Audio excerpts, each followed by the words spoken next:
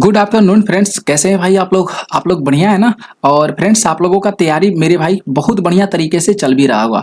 तो फ्रेंड्स, आप लोगों को पता है कि हम आप लोगों के लिए फ्रेंड्स डेली लुसेंट और एनसीईआरटी के जो बुक के प्रश्न होते हैं वो चीज़ हम इस चैनल के माध्यम से डेली करा रहे हैं। एक मेरे भाई रिकॉर्डेड क्लास में हो रही है, जो अभी जो ये रिकॉर्डेड क्लास है ना, ये इसमें मेरे भाई ये रिकॉर्डेड क्लास में हम लोग एनसीईआरटी और लुसेंट के प्रश्न करते हैं। और एक लाइव क्लास चलती है मेरे भाई 7 PM में, उसमें भी फ्रेंड्स हम लोग टॉपिक वाइज जो है ये लुसेंट और एनसीईआरटी के प्रश्न कराते हैं। ठीक है, तो ये दोनों जो क्लासेज होती है ना भाई, ये ऑल इंडिया एग्जाम के लिए इंपॉर्टेंस है, क्योंकि आप लोगों को साथियों बहुत अच्छे से पता भी है कि लुसेंट और एनसीईआरटी के प्रश्न ही हर एग्जाम में पूछे जाते हैं। और मेरे भाई लुसेंट और एनसीईआरटी के बुकों का अध्ययन करके बहुत सारे विद्यार्थियों ने अपना सफलता हासिल किया है। तो अगर आप लोग भी सफलता हासिल करना चाहते हैं तो आप लोग इस वीडियो को देखिए और कंप्लीटली देखिए, पूरा देखिए, बहुत कुछ सीखने को मिलेगा। ठीक है, और लाइव क्लास होती है भाई, तो लाइव क्लास में भी आप लोग जुड़िए। तो मेरे भाई ये मिक्स कंटेंट है, यहाँ पे हम सारे जो मिक्स जो टॉपिक होते हैं वो चीज को हम कवर कराते हैं।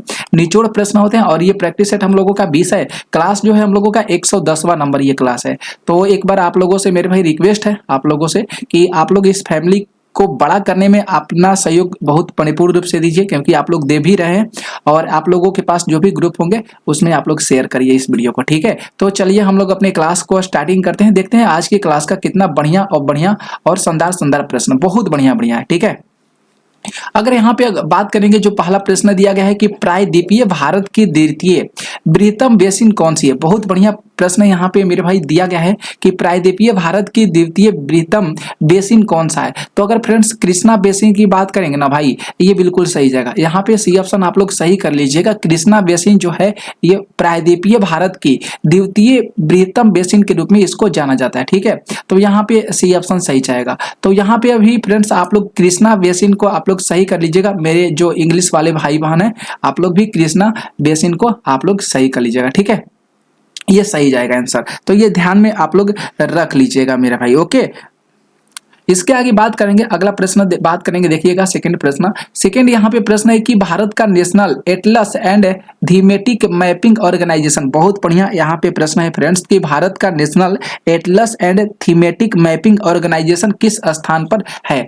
तो मेरे भाई ध्यान में रख लीजिएगा, ये हो जाएगा कलकत्ता में है। कहाँ पे मेरे भाई, ये जो national atlas and thematic mapping organisation कहाँ पे है, तो मेरे भाई ये कलकत्ता शहर में। ठीक है, यहाँ पे जो है आप लोग ए ऑप्शन को साथियों सही कर लीजिएगा। तो उसी तरह अगर मेरे भाई इंग्लिश वाले जो साथी विद्यार्थी है कि where is the national atlas and thematics mapping organisation of India located, तो ये कहाँ पे होगा, कोलकाता शहर में हो जाएगा। कहाँ पे मेरे भाई, कलकत्ता शहर में हो जाएगा। आप लोग ए ऑप्शन को सही कर लीजिएगा। बहुत बढ़िया बढ़िया प्रश्न है, एग्जाम के पॉइंट ऑफ व्यू से बहुत ज्यादा इंपॉर्टेंस है, सारे क्लास के प्रश्न हो रहे हैं जो।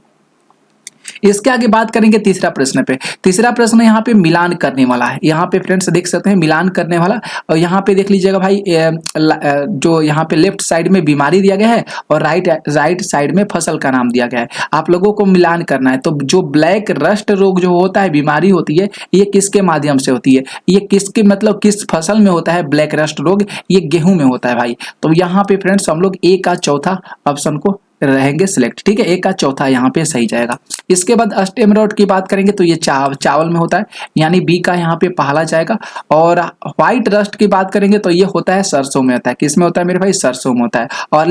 अर्ली बाइट की बात करेंगे, अर्ली बाइट जो होता है ये आलू में चला जाता है। ठीक है, तो यहाँ पे मेरे भाई डी का कौन सा जाएगा, तीसरा सही जाएगा। तो 4 1 2 3 जो है यहाँ पे मेरे भाई सही जा रहा है। 4 1 2 3 जो ऑप्शन दिया गया है यहाँ पे किस में भैया, तो बी ऑप्शन में दिया गया है ना भाई, तो हम लोग यहाँ पे बी ऑप्शन को सही कर लेंगे। ठीक है, 4 1 2 3 यहाँ पे मेरे भाई सही चला जाएगा। एक बार क्लास के सेशन को मेरे भाई आप लोग से निवेदन है ना कि आप लोग क्लास के सेशन को मेरे भाई आप लोग शेयर कर दीजिएगा, जो भी आप लोगों के पास ग्रुप होंगे। ओके, आगे बात करेंगे। यहाँ पे देख लीजिएगा मेरे भाई इंग्लिश वाले भाई, आप लोग भी देख सकते हैं यहाँ पे मैच लिस्ट दिया गया है। यहाँ पे लिस्ट 1 लिस्ट 2 डीजे का नाम दिया है, क्रॉप का दिया गया। ठीक है, ब्लैक रस्ट की बात करेंगे तो ये वेट में होता है, ए का आप लोग भी चौथा कर लीजिएगा। बी की बात करेंगे, जो स्टेम रूट होता है ये राइस में होता है, चावल में होता है। इसके बाद जो व्हाइट रस्ट होता है ये किस में होता है, होता है, मस्टर्ड में होता है, 2 जाएगा। और इंग्लिश वाला है भाई यहाँ पे अर्ली ब्लाइट की बात करेंगे, ये पोटैटो में होता है, ठीक है। तो आप लोग भी यहाँ पे बी ऑप्शन को सही कर लीजिएगा। आगे बात करेंगे, अगला प्रश्न है चौथा। यहाँ पे चौथा प्रश्न है भाई कि निम्नलिखित में से कौन जो है खगोलीय पिंड है। बहुत बढ़िया प्रश्न यहाँ पे दिया गया है कि यहाँ पे पूछा गया कि खगोलीय पिंड कौन सा है फ्रेंड्स। तो यहाँ पे अगर बात करेंगे, सूर्य का बात किया है, चंद्रमा का बात किया है, पृथ्वी का बात किया है और उल्का पिंड की बात किया है। तो मेरे साथियों ये जो सौर मंडल के सारे खगोलीय पिंड माने जाते हैं, तो यहाँ पे सारे ऑप्शन यहाँ पे सही जा रहे हैं। कहाँ पे दिया गया है, तो डी ऑप्शन में दिया गया है फ्रेंड्स। हम लोग यहाँ पे ऑल को सिलेक्ट कर लेंगे, ये सही जाएगा, ठीक ना। यहाँ पे भी आप लोग मेरे इंग्लिश वाले भाई आप लोग देख सकते हैं, जो यहाँ पे चौथा का क्या होगा भाई, सन, मून, अर्थ और यहाँ पे जो मेटेराइट दिया गया है, ऑल आप लोग सही कर लीजिएगा। ये सारे जो है उल्का पिंड जाने जाते हैं, ठीक ना। इसके आगे बात करेंगे भाई, अगला प्रश्न की बात करेंगे, प्रश्न 5 पे।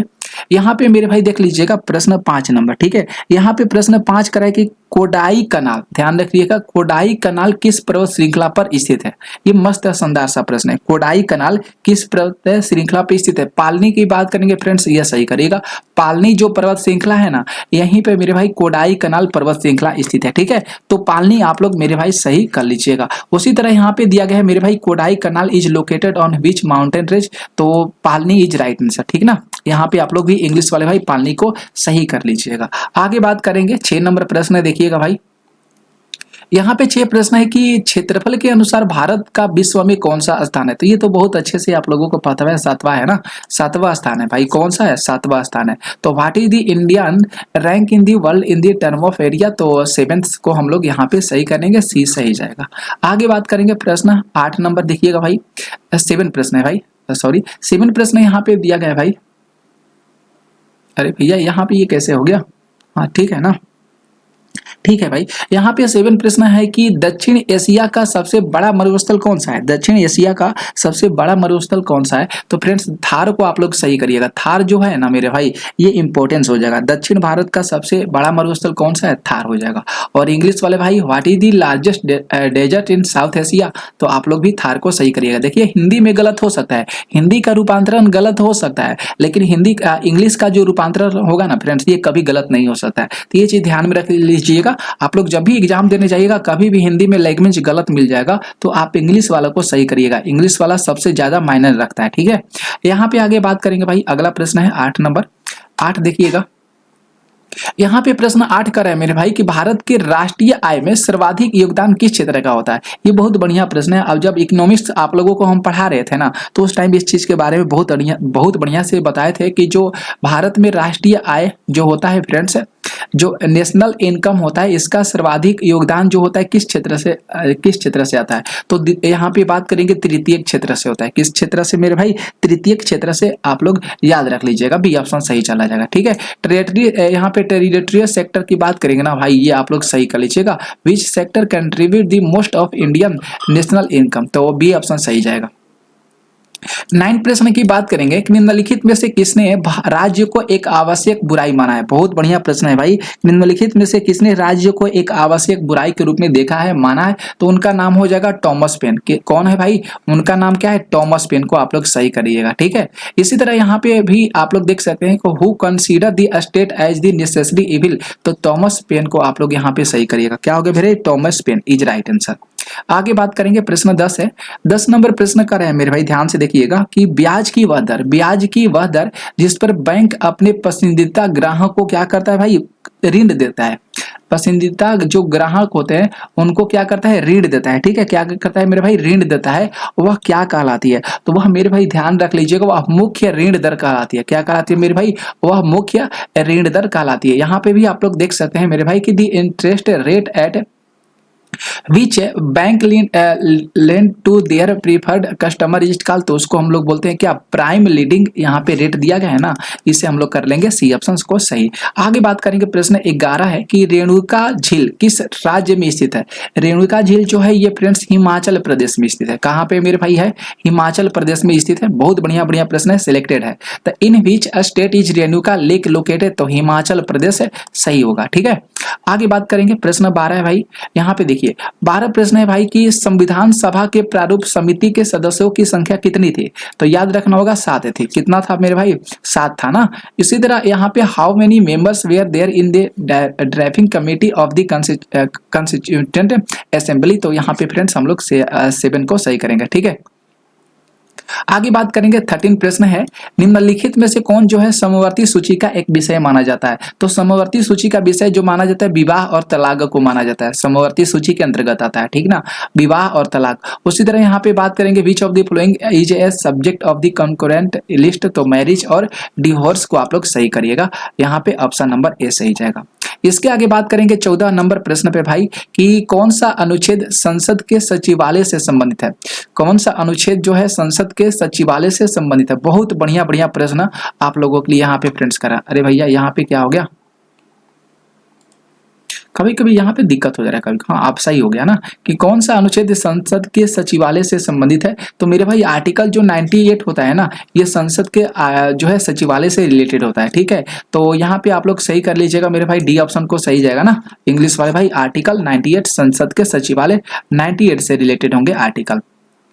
15 प्रश्न है कि निम्नलिखित में से कौन सा कथन जो है सत्य दिया गया है? कौन सा कथन पूछा गया है भाई कि कौन सा कथन जो है यहाँ पे सत्य होना चाहिए? तो क्या 3 प्रधानमंत्रियों की मृत्यु उनकी पदा अवधि के दौरान हुई है? गलत बात है। प्रथम उप प्रधानमंत्री सरदार वल्लभ भाई पटेल थे? नहीं। सबसे अधिक उम्र के जो प्रधानमंत्री थे लाल बहादुर शास्त्री बने थे, बिल्कुल सही बात है, ठीक है। यहाँ पे सी ऑप्शन मेरे भाई सही जा रहा है कि अरे भैया यहाँ पे क्या पूछा गया? सत्य नहीं पूछा गया ना भाई, गलत पूछा गया है। तो ये सी ऑप्शन को आप लोग सही कर लीजिएगा, ठीक है, क्योंकि सबसे अधिक उम्र के जो प्रधानमंत्री थे ना लाल बहादुर शास्त्री बने थे, ठीक है। ये दिया गया है नहीं बने थे, ये होना चाहिए। तो सी ऑप्शन को सही करिएगा। और नहीं पूछा गया तो भाई ये हम लोगों का ही सही होगा ना प्रश्न के अनुसार, तो हम लोग सी को सही करेंगे। विच of the following statement is not true की बात किया गया, तो हम लोग यहाँ पे सी ऑप्शन को सही करेंगे कि the oldest prime minister was Lal Bahadur Shastri, बाकी सही जाएगा। 16 प्रश्न की बात करेंगे कि संविधान के किस संशोधन अधिनियम के तहत सिंधी भाषा को संविधान के 8वीं अनुसूची में शामिल किया गया? तो बहुत बढ़िया प्रश्न है। तो मेरे भाई जो 21वां संशोधन अधिनियम हुआ था 1969 में, इसी के तहत सिंधी भाषा को संविधान की 8वीं अनुसूची में फ्रेंड्स इसको शामिल किया गया था, ठीक है।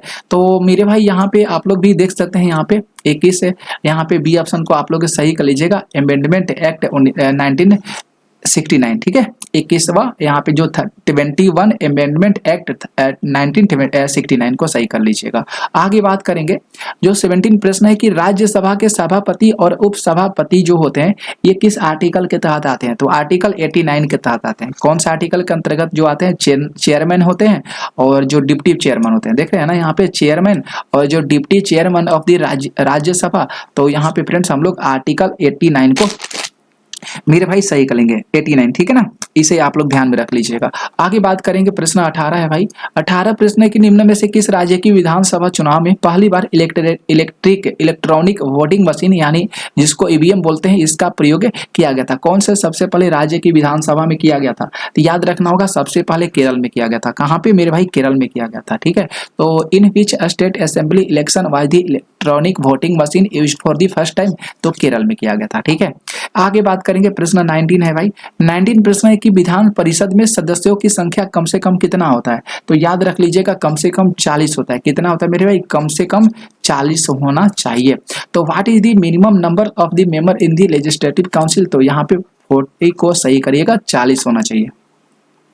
इसके आगे प्रश्न की बात करेंगे 20 नंबर की निम्नलिखित में से किस बिल से यहाँ पे फ्रेंड्स देखिएगा प्रश्न 20 नंबर कितना बढ़िया शानदार सा प्रश्न है कि निम्नलिखित में से किस है, निम्नलिखित में से किस मुगल सम्राट को, यहाँ पे ये गलत कर रहा है, ठीक है। निम्नलिखित में से किस मुगल सम्राट को 2 बार, मुगल सम्राट को फ्रेंड्स 2 बार जो है अभिषेक हुआ था, अभिषेक हुआ था, ठीक है, अभिषेक हुआ था। बहुत बढ़िया प्रश्न है, शानदार सा प्रश्न है कि निम्नलिखित में से किस है, निम्नलिखित में से किस है मुगल सम्राट को 2 बार जो है अभिषेक हुआ था? मेरे भाई याद रख लीजिएगा उनका नाम था औरंगजेब। किनका भाई क्या नाम था? औरंगजेब का जो है मुगल सम्राट थे। आप लोगों तो अच्छे से पता है ना भाई। तो ये 2 बार इनका अभिषेक हुआ था। तो यहाँ पर भी देख सकते हैं इंग्लिश में कितना बढ़िया से बता दिया कि which Mughal emperor was crowned twice? तो औरंगजेब को होंगे, क्या होंगे मेरे भाई? औरंगजेब होंगे, ठीक है।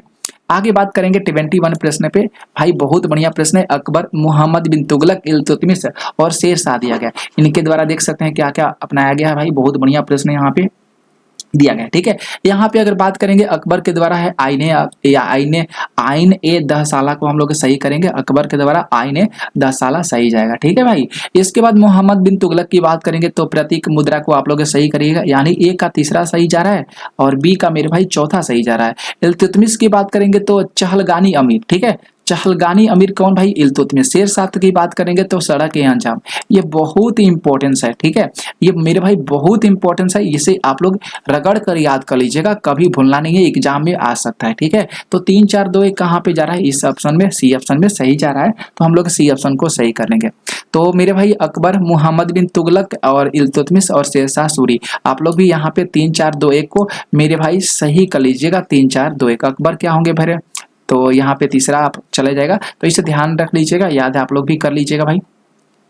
प्रश्न 22 की बात करेंगे कि राजस्व प्राप्ति की जब्ती प्रणाली निम्नलिखित में से किसके शासन में काल में प्रचलित थी? बहुत बढ़िया प्रश्न है, ठीक है। तो जब्ती प्रणाली की बात आ गया तो अकबर के शासन काल में ये जो है फ्रेंड्स प्रचलित थी।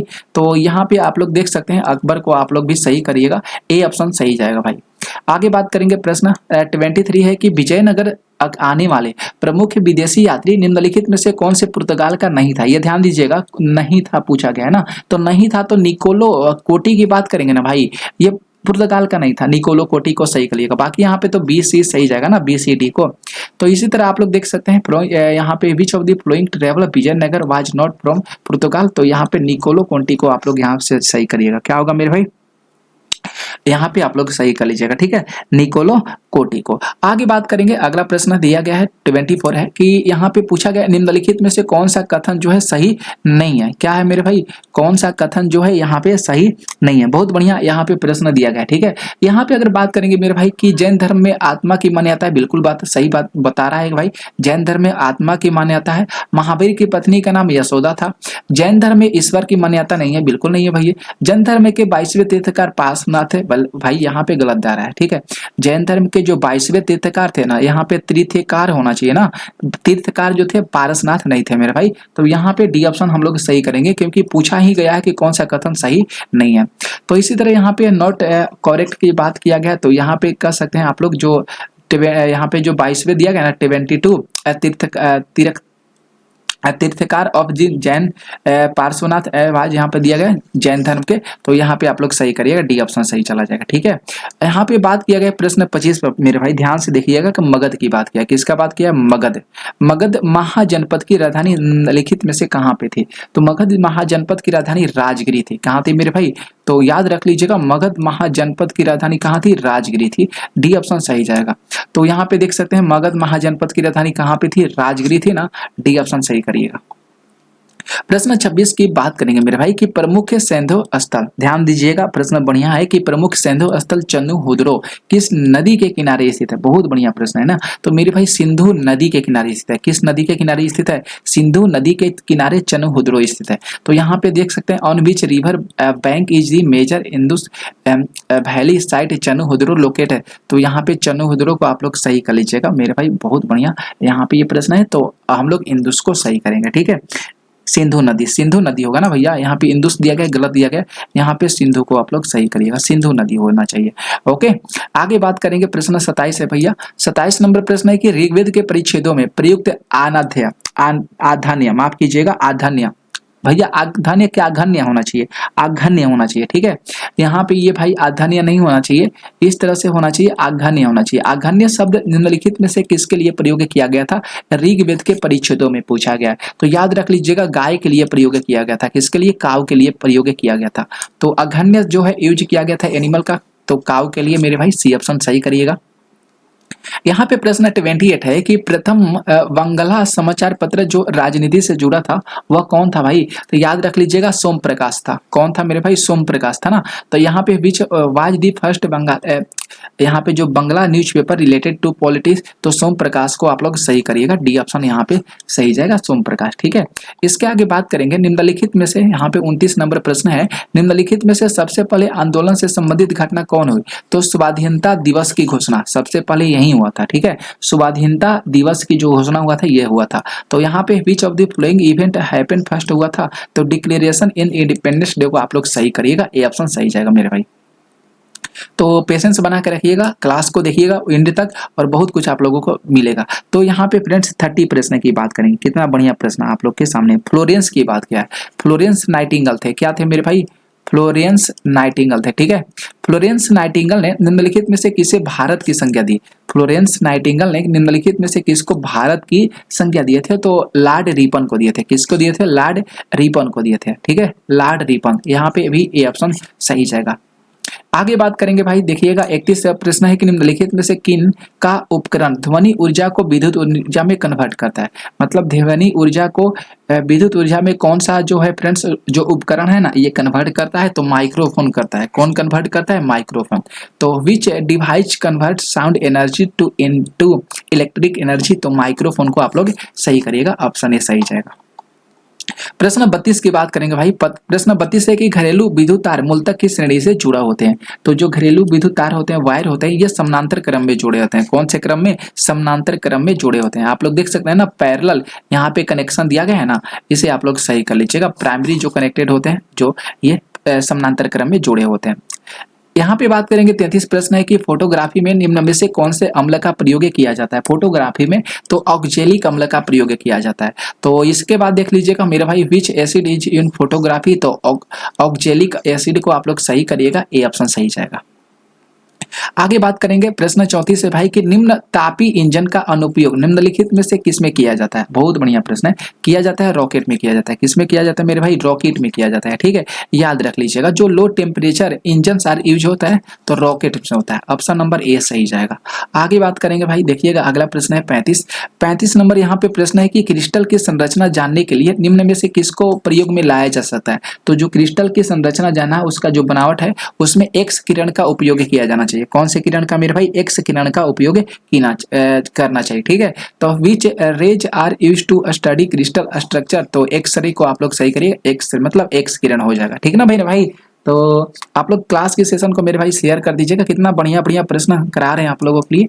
यहाँ पे प्रश्न 36 है कि जैव विविधता में अधिकतम संकट निम्न में से किससे होता है। बहुत बढ़िया प्रश्न है ना। तो यहाँ पे अगर बात करेंगे जो प्राकृतिक निवास और जो वनस्पतियों की विनाश हो जाता है ना, इसी से मेरे भाई जो जैव विविधता होती है वह संकट में आ जाती है। तो यहाँ पे फ्रेंड्स हम लोग ए ऑप्शन को सही कर लेंगे।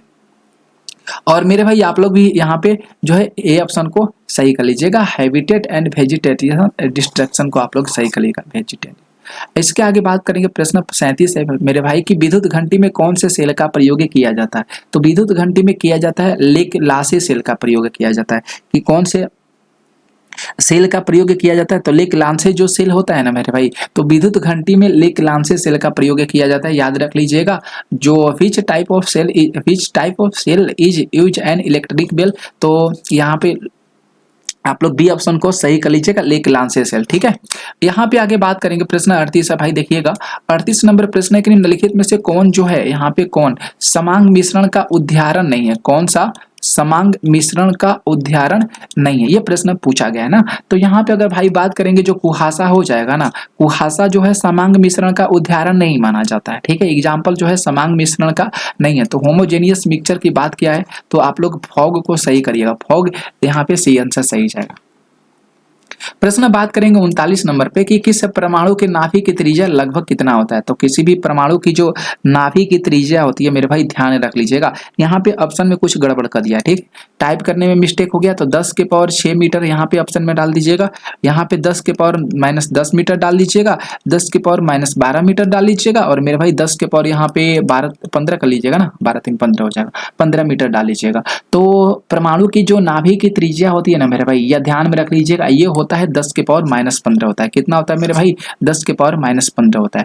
इंग्लिश में तो सही होना चाहिए, कोई दिक्कत नहीं होगा। विच of the approximate radius in the atomic nucleus, तो 10 के पावर 15 हो जाएगा। यहाँ पे तो नहीं दिया है, कोई बात नहीं, इस ऑप्शन से हमको लेना देना नहीं है। सीधा सा आंसर की बात करेंगे तो 10 के पावर -15 इंग्लिश वाले भाई हम लोग आप लोग सही कर लीजिएगा। प्रश्न 40 की बात करेंगे कि शरीर में रक्त के थक्के का ना थक्के का पता लगाने के लिए निम्न में से किस समस्थानी का प्रयोग किया जाता है। बहुत बढ़िया प्रश्न है। तो यहाँ पे सोडियम 24 का प्रयोग किया जाता है। किसका प्रयोग किया जाता है? सोडियम 24 का प्रयोग किया जाता है। तो isotope is used to detected blood across the human body. तो सोडियम 24 को आप लोग सही करिएगा। आगे बात करेंगे प्रश्न जो है फ्रेंड्स 41 कि आधुनिक आवर्त सारणी के आवर्त में बाएं से दाएं जाने पर निम्न में से किसका मान घटता है? बहुत अरे भैया बढ़ता है। क्या होता है? बढ़ता है। तो याद रख लीजिएगा मेरे भाई, आयनन जो ऊर्जा होती है ना मेरे भाई, इसका मान बढ़ता है। ठीक है। तो आधुनिक आवर्त सारणी में जब हम बाएं से दाएं जाएंगे ना, तो यहाँ पे आयनन ऊर्जा का जो मान होता है वह बढ़ता है। यानी यहाँ पे आयनन ऊर्जा का मान क्या होगा मेरे भाई? बढ़ेगा ना। तो सी ऑप्शन को सही करिएगा। आगे बात करेंगे जो 42 प्रश्न है कि खाने वाला सोडा का रासायनिक सूत्र क्या होता है। बहुत बढ़िया प्रश्न है। ठीक है। खाने वाला सोडा का रासायनिक सूत्र मेरे भाई क्या होता है? याद रख लीजिएगा, NaHCO3 होता है। क्या होता है? NaHCO3 होता है खाने वाला सोडा का रासायनिक सूत्र होता है। तो यहाँ पे बेकिंग सोडा उसी को बोला जाता है इंग्लिश में। तो NaHCO3 को आप लोग सही कर लीजिएगा। आगे बात करेंगे भाई, यहाँ पे 43 प्रश्न है कि एल्केन श्रेणी का सामान्य सूत्र क्या होता है। एल्केन श्रेणी का सामान्य सूत्र क्या होता है मेरे भाई? तो CnH2n+2 होता है ना।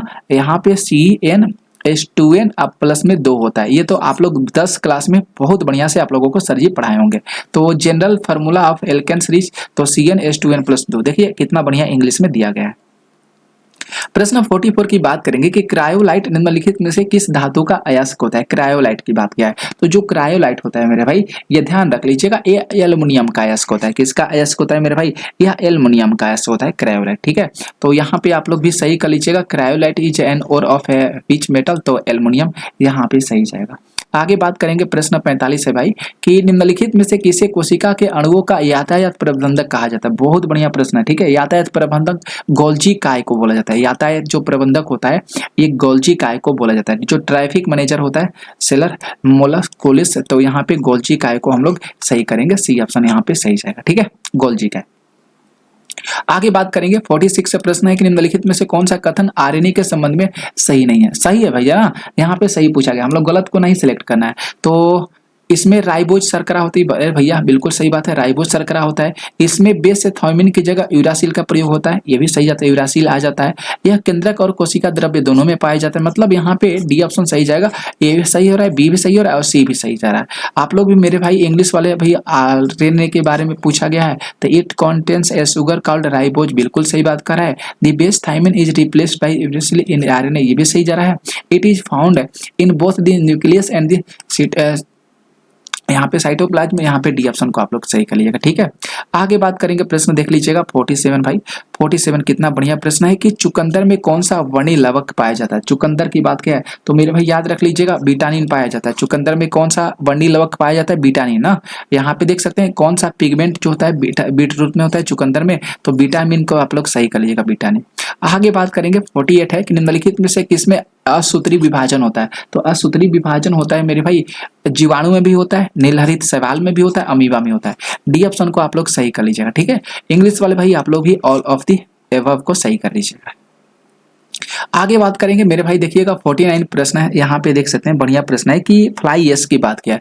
फ्लाई एश प्रदूषण निम्नलिखित में से किससे होता है। फ्लाई एश जो प्रदूषण होता है जो ताप विद्युत संयंत्र के माध्यम से होता है। ठीक है। यहाँ पे जो डी ऑप्शन में दिया गया ना फ्लाई एश प्रदूषण, तो ताप विद्युत संयंत्र को आप लोग सही कर लीजिएगा। तो fly ash pollution is cause by which of the flowing, तो यहाँ पे थर्मल पावर जो प्लांट्स होते हैं इसी के द्वारा होता है। आगे बात करेंगे प्रश्न 50 है भाई, देख लीजिएगा, चेरनोबिल की बात किया है। चेरनोबिल दुर्घटना निम्नलिखित में से किससे संबंधित है। तो चेरनोबिल दुर्घटना है ये नाभिकीय दुर्घटना है। क्या है मेरे भाई, ये चेरनोबिल जो है ना मेरे भाई, ये क्या है, नाभिकीय दुर्घटना है। क्या है भाई, नाभिकीय दुर्घटना है। ठीक है। यहाँ पे आप लोग देख सकते हैं न्यूक्लियर एक्सीडेंट को आप लोग सही कर लीजिएगा, सी ऑप्शन सही जाएगा ना। तो ये क्लास आप लोगों को कैसा लगा भाई, आप लोग जरूर बताइएगा। कितना बढ़िया बढ़िया शानदार प्रश्न आप लोगों के लिए लेकर आए थे, तो आप लोग जरूर कमेंट करके बताइएगा, इस वीडियो को शेयर करिएगा। ठीक है। मिलेंगे अगले क्लास में, आज के लिए थैंक यू।